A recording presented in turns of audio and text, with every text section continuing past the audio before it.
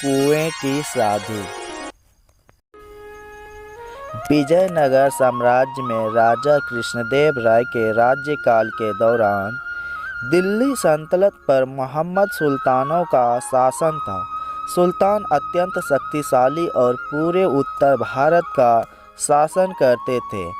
अब वे भारत के अन्य भागों पर भी कब्जा करना चाहते थे, खास तौर पर उन भागों पर जहां हिंदू राजा राज्य कर रहे थे। इसके लिए वे कोई भी तरीका अपना सकते थे।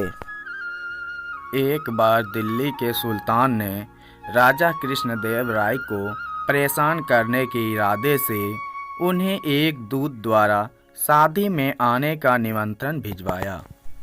जब महाराज ने शादी का निमंत्रण पढ़ा तो वे ही नहीं, पूरा दरबार भौचक्का रह गया।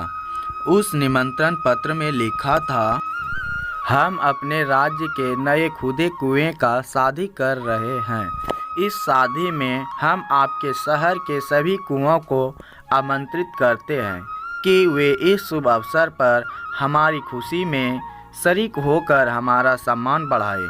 इस शुभ अवसर पर उनकी उपस्थिति प्रार्थनीय है। स्थान दिल्ली, दिनांक 12/12/2022। निमंत्रण भेजने वाले दिल्ली के सुल्तान। बात यहीं खत्म नहीं होती थी। उस निमंत्रण पत्र के साथ एक चेतावनी पत्र और था, जिसमें लिखा था कि राजा कृष्णदेव राय के लिए सभी कुओं को शादी में भेजना अनिवार्य है। ना भेजने पर उन्हें और उनके राज्य को दिल्ली के सुल्तान के कोप का भोजन बनाना पड़ेगा। ये दोनों पत्र पढ़कर महाराज को कुछ समझ नहीं आ रहा था कि वे क्या करें। निमंत्रण बहुत ही बेतुका था। सभी जानते थे कि कुएं एक स्थान से दूसरे स्थान पर नहीं जा सकते। परेशान होकर महाराज ने दरबारियों और अष्टदिग्गजों की मदद मांगी, पर कोई भी कुछ ना बता सका कि इस समस्या को किस प्रकार सुलझाएं, जिसमें दिल्ली और विजयनगर के बीच लड़ाई छिड़ने से बच जाए। कहीं से कोई रास्ता न सूझने पर राजा कृष्णदेव राय ने तेनालीराम को बुलाया और उसे पूरी बात बताई। सारी बात सुनकर तेनालीराम ने महाराज से कहा, महाराज, इस निमंत्रण पत्र के द्वारा दिल्ली का सुल्तान हिंदुओं को जलील करना चाहता है। आप तो जानते ही हैं कि हिंदू धर्म में नए खुदे कुओं का प्राण प्रतिष्ठा करने की प्रथा है। सुल्तान ने जानबूझकर प्राण प्रतिष्ठा के आयोजन को विवाह का नाम देकर आपको यह निमंत्रण पत्र भेजा है।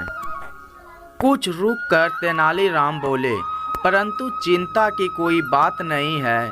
ना तो निमंत्रण पत्र ना ही वह चेतावनी पत्र हमारा कुछ बिगाड़ सकता है। आप बेफिक्र रहें। कल तक मैं इस समस्या का कोई ना कोई समाधान निकाल लूँगा। अगले दिन राज दरबार में दिल्ली के सुल्तान के दोनों पत्रों की चर्चा गर्म थी। सभी लोग परेशान थे और इस समस्या का हल अपनी अपनी समझ से निकालने की कोशिश कर रहे थे। राजा कृष्णदेव राय के आते ही सब चुप हो गए। जब महाराज राजगद्दी पर बैठ गए तो तेनालीरामा खड़ा हुआ और बोला, महाराज, मैंने दिल्ली के सुल्तान के पास भेजने के लिए यह जवाब तैयार किया है। आप सब भी सुने। सेवा में श्रीमान दिल्ली के सुल्तान, आपके द्वारा भेजे गए निमंत्रण का बहुत बहुत धन्यवाद। हम आपके कुएं के शादी की आपको बधाई देते हैं। हम तहे दिल से आपके शुक्रगुजार है कि आपने इस शुभ अवसर पर हमें याद किया और इसमें सम्मिलित होने के लिए आमंत्रित किया। निमंत्रण मिलते ही हमने अपने राज्य के सभी कुओं को इसकी सूचना पहुंचा दी, परंतु वे सभी नाराज हैं कि आपके कुएं उनके विवाह में सम्मिलित नहीं हुए थे। इसलिए हमारी आपसे विनती है कि एक बार आप अपने कुओं को यहाँ निमंत्रण देने के लिए हमारे दूत के साथ भेज दें। इस निमंत्रण के बाद हम आपको आश्वासन देते हैं कि हमारे कुएं आपके कुएं के विवाह में अवश्य आएंगे। हम भी उनके साथ दिल्ली अवश्य पधारेंगे।